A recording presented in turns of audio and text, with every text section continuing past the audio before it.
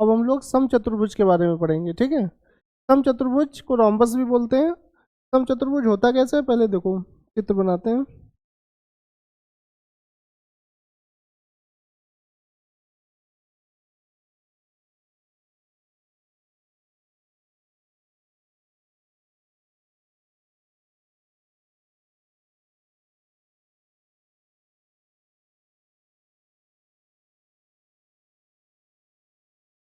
कुछ इस तरह का होता है, समचतुर्भुज कुछ इस तरह का होता है, ठीक है। इस चतुर्भुज का नाम हम रख देते हैं ABCD, ठीक। ये जो रोम्बस है, इसकी ये जो है ये वर्ग की तरह होता है, स्क्वायर की तरह होता है। रोम्बस स्क्वायर की तरह होता है, पर डिफरेंस इसमें ये है कि ये थोड़ा सा तिरछा होता है। स्क्वायर में जो एंगल्स होते हैं वो सब 90 डिग्री के होते हैं। 90 डिग्री मतलब राइट एंगल होते हैं। जैसे मान लो कि हमने बनाया स्क्वायर बनाया, स्क्वायर में जो ईच साइड है इसकी जो सभी भुजाएं हैं वो सब बराबर बराबर होती हैं। मान लेते हैं ए है, ये भी ए है, और रोम्बस में भी बराबर होती हैं। बस दोनों में डिफरेंस इतना ही है कि इसमें जो साइड जो इनका एंगल है, यहाँ पे ये 90 डिग्री का बना रहा है, राइट एंगल है, और यहाँ पे कोई भी कोण 90 डिग्री का नहीं होगा। ये वाला कुछ कम होगा, ये वाला कुछ ज़्यादा होगा। तो इनके जो कोण होते हैं वो कोई भी एंगल राइट एंगल नहीं होता है, लेकिन सभी साइडें इसकी बराबर होती हैं, इक्वल होती हैं। सारी साइड कितनी होती हैं, इक्वल होती हैं। बट डिफरेंस क्या है कि इसको ऐसा लग रहा है कुछ धक्का मारा गया है। उसको जब धक्का मारा गया तो इस तरह टेढ़ा हो गया, झुक गया थोड़ा सा। इसको जब धक्का मारा तो क्या हुआ, ये वाला थोड़ा सा झुक गया, तो ये बन गया रोम्बस। क्लियर। अब देखो इसमें कुछ होते हैं विकर्ण, विकर्ण को वर्टाइसेस, ठीक है। अब विकर्ण किसे कहते हैं, विकर्ण जो अपोजिट, ये जो वर्टाइसेस हैं ये शीर्ष जिसको बोलते हैं, ठीक है। ये जो डायगोनल्स होते हैं, डायगोनल्स मतलब विकर्ण, ये और ये वाले, इसमें दो डायगोनल्स हैं, ठीक है। शीर्ष अपोजिट शीर्ष को मिलाने वाली रेखा ए, जैसे BD, BD क्या हो जाएगा, ये डायगोनल हो जाएगा, विकर्ण हो जाएगा।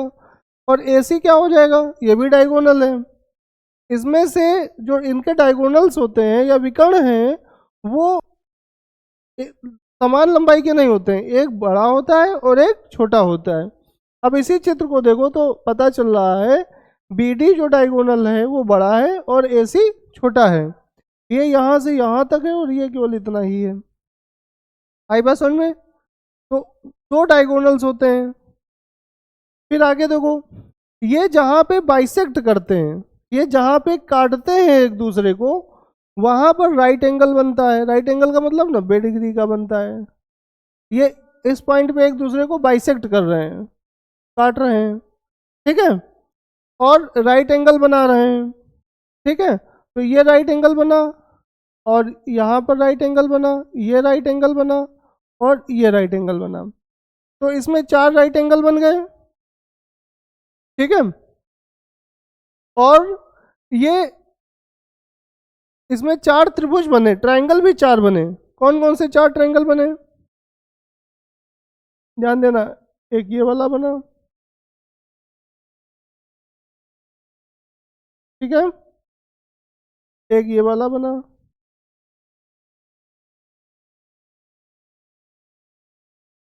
एक ये वाला बना ही है, दिख रहा है ये वाला बना हुआ, और एक ये वाला, ठीक है।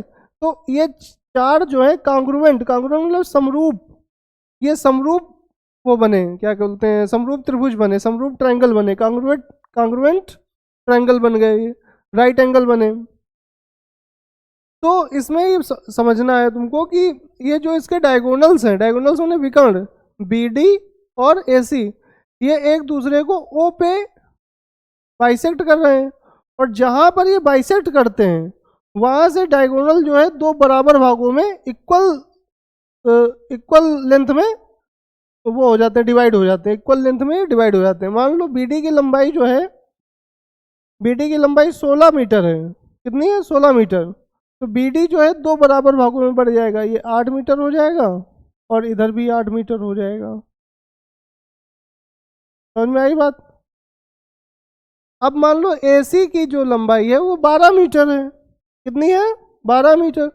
तो ये भी 2 बराबर भागों में डिवाइड होगा, ये 6 मीटर हो जाएगा और OC ये भी 6 मीटर हो जाएगा। ठीक है। अब यहाँ पे फिर से देखो, यहाँ पे फिर से एक right angle triangle, right angle बन गया ट्रायंगल। तो उसमें जो है पाइथागोरस लग जाएगा। क्या लगेगा? इसमें पाइथागोरस लग जाएगा।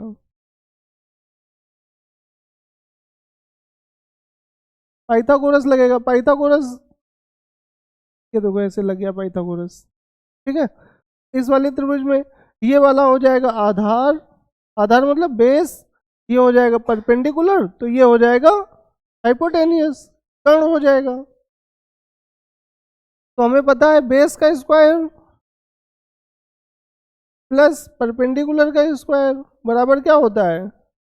हाइपोटेनियस का स्क्वायर। आधार का स्क्वायर प्लस लंब का स्क्वायर बराबर कर्ण का स्क्वायर। आधार कितना है? 8। आधार चाहे इसको मान लो या इसको मान लो, कोई दिक्कत नहीं। तो 8 हो गया ये, 8 का स्क्वायर, और परपेंडिकुलर मतलब 6 का स्क्वायर बराबर हाइपोटेनियस का स्क्वायर। तो ये हुआ 64 प्लस 36 बराबर हाइपोटेनियस का स्क्वायर। तो ये हुआ 100 बराबर h स्क्वायर। h बराबर कितना हो जाएगा? 10 मीटर। ठीक है। तो 10 मीटर निकला यहाँ पे। तो इसका मतलब ये हुआ कि ये जो A है ये कितना हो जाएगा? 10 मीटर। ये भी 10 मीटर, क्योंकि सारी साइड इक्वल होती हैं, तो 10 मीटर। यहाँ भी 10 मीटर और ये भी 10 मीटर। तो हमको ये पता चला कि अगर इसमें डायगोनल्स दिए गए हों तो हम उस त्रिभुज का या उस रोम्बस का, उस समचतुर्भुज का, कि हम एक साइड की लेंथ निकाल सकते हैं।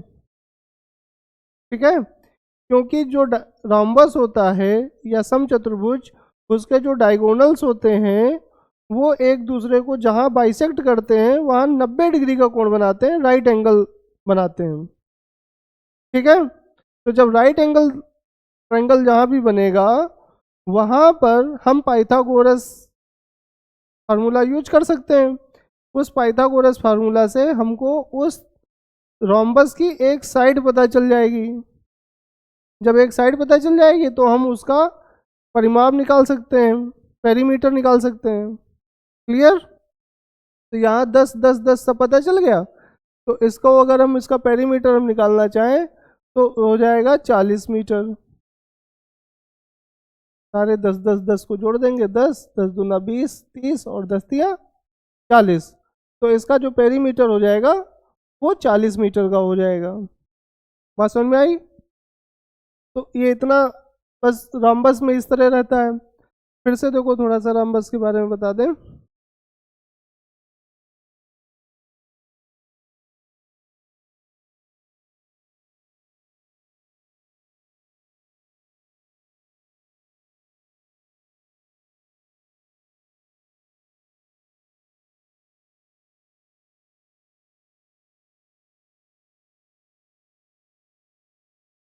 अब इसमें जो इसके डायगोनल्स हैं तो इस तरह मिलेंगे आगे यहाँ पे। अपोजिट वर्टाइसेस मतलब अपोजिट जो शीर्ष हैं, डायगोनल्स उसको कहते हैं जो अपोजिट शीर्ष होते हैं, एक दूसरे के जो विपरीत होते हैं। जैसे डी के विपरीत क्या है? बी, और ए के विपरीत क्या है? सी। ये अपोजिट है एक दूसरे को। इनको मिलाने वाली जो लाइन होती है उसको हम बोलते हैं डायगोनल्स, डायगोनल बोलते हैं। ठीक है। ये जहां पे एक दूसरे को बाइसेक्ट करते हैं वहां से ये आधे आधे हो जाते हैं, बराबर इनकी वो हो जाती है, लेंथ बराबर हो जाती है। तो अगर हम इसको मान लें, BD को 26 मीटर मान लें, तो ये 13 मीटर हो जाएगी। नहीं, इसको मान लेते हैं अगर ये पूरा 24 मीटर मान ले तो ये हो जाएगा कितना, 12 मीटर, तो ओ पॉइंट कर लो, और ये कितना हो जाएगा, 12 मीटर हो जाएगा। ठीक है। और उसी तरह अगर हम AC को 10 मीटर मान लें तो A और O कितना हो जाएगा, 5 मीटर, और ये 5 मीटर, क्योंकि जहाँ पे ये आपस में बाइसेक्ट कर रहे हैं इनकी दूरी आपस में आधी हो जाती है, डायगोनल जो होते हैं वो आधे आधे बढ़ जाते हैं। ठीक है। अब तुमको पता ही है जहाँ पे डायगोनल बाइसेक्ट होते हैं, जहाँ पे कटते हैं, वहाँ राइट एंगल बनता है। ठीक है। और जहाँ राइट एंगल बन जाएगा वहाँ हम पाइथागोरस लगा सकते हैं। पाइथागोरस लगाने से हमें फ़ायदा ये मिलेगा कि हमें AB की लेंथ मिल जाएगी। इसमें जो AB है वो क्या है, कर्ण। ध्यान से देखो, ये आधार हो गया, ये लंब हो गया, और ये कर्ण हो गया।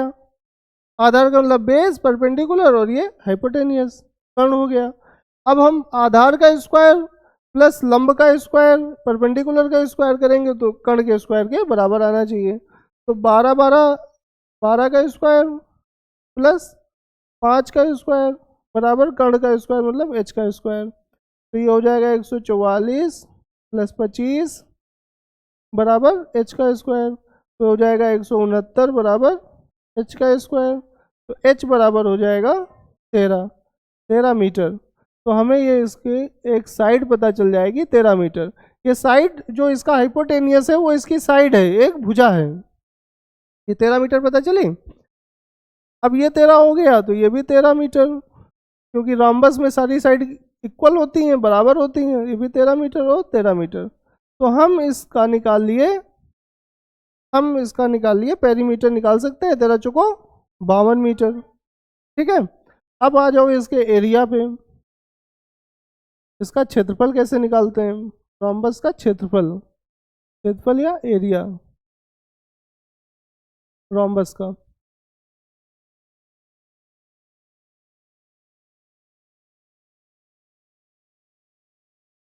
रोम्बस का एरिया कैसे निकालते हैं, देखो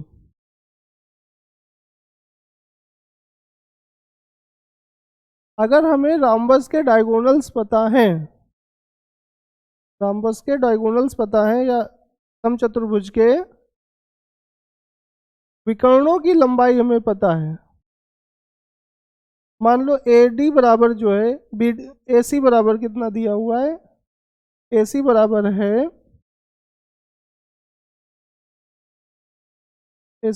है 24 मीटर, नहीं AC बराबर है 10 मीटर, और BD बराबर है 24 मीटर। हमें इस रोम्बस का एरिया निकालना है, तो हम क्या करेंगे, AC क्या है, AC इसमें डायगोनल है तो हम इसको कह सकते हैं D1 है। ये क्या है, डायगोनल 1। और BD क्या है, ये भी डायगोनल है तो हम इसको बोल सकते हैं D2। डायगोनल 1 और डायगोनल 2। थोड़ा सा लिखने में आसानी हो गई, AC लिखने में समय लगेगा, D1 लिखने में आसानी रहेगी। तो पहले वाले डायगोनल को हम बोलेंगे D1 और दूसरे वाले डायगोनल को बोलेंगे D2। ठीक है। डायगोनल मतलब विकर्ण। अब यहाँ पे ध्यान दो कि इसका हमें एरिया निकालना है। ठीक है।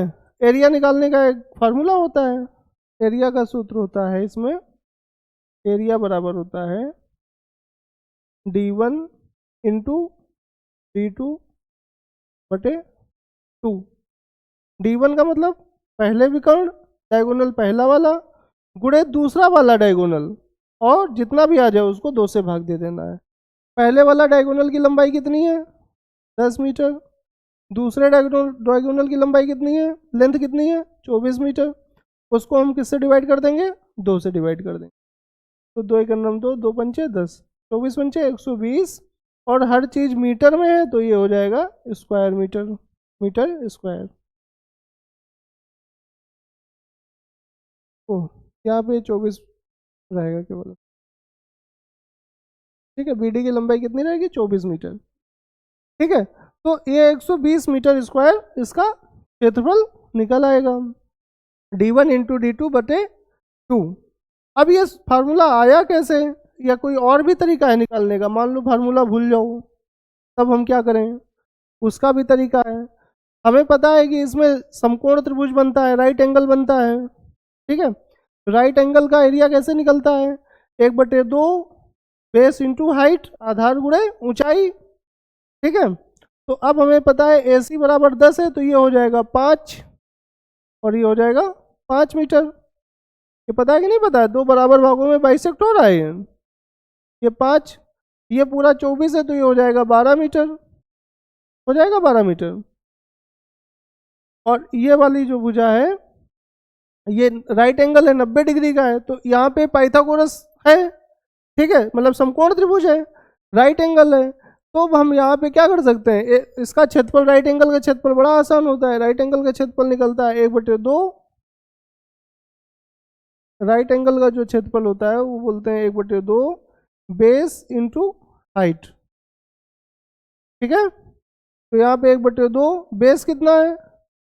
बेस है यहाँ पे 12 मीटर और हाइट कितनी है? 5। एक त्रिभुज का क्षेत्रफल कितना निकला? 30 मीटर स्क्वायर। ये एक राइट एंगल का निकला, और इसमें कितने राइट एंगल हैं? 4 हैं, ठीक है। तो ये हमें पता है पहले से ही कि ये इसका कर्ण हो जाएगा या इसकी एक वो हो जाएगा, तो ये 13 मीटर होगी। इसमें इस 13 का कोई यूज नहीं है एरिया निकालने में, एरिया निकालने में इसका कोई यूज नहीं इस पर्टिकुलर क्वेश्चन में। तो अब देखो जितने राइट एंगल हैं, दिख रहा है राइट एंगल सबकी, ये 12, 5, ये 13, ये 12, ये 5 और ये 13, ये 12, ये 5 और ये 13, तो कुल मिला के 4 राइट एंगल निकले। एक राइट एंगल का एरिया कितना है? 30 मीटर स्क्वायर। तो उन चारों का कितना होगा? 4 से इसको गुणा कर दो, 120 मीटर स्क्वायर। तो इससे हमको ये पता चल गया कि अगर हमें फार्मूला नहीं भी याद है तो भी हम इसका एरिया निकाल सकते हैं, ठीक है। सबसे आसान यही है कि d1 इंटू d2/2 कर लो। नहीं आता है तो हम क्या करेंगे, राइट एंगल तो हमें पता है ना, उसका क्षेत्रफल 1 का निकालेंगे, फिर जितना भी आएगा उसको हम 4 से गुणा कर देंगे, तो पूरे रोम्बस का या पूरे समचतुर्भुज का क्षेत्रफल निकल आएगा। समझ में आई बात?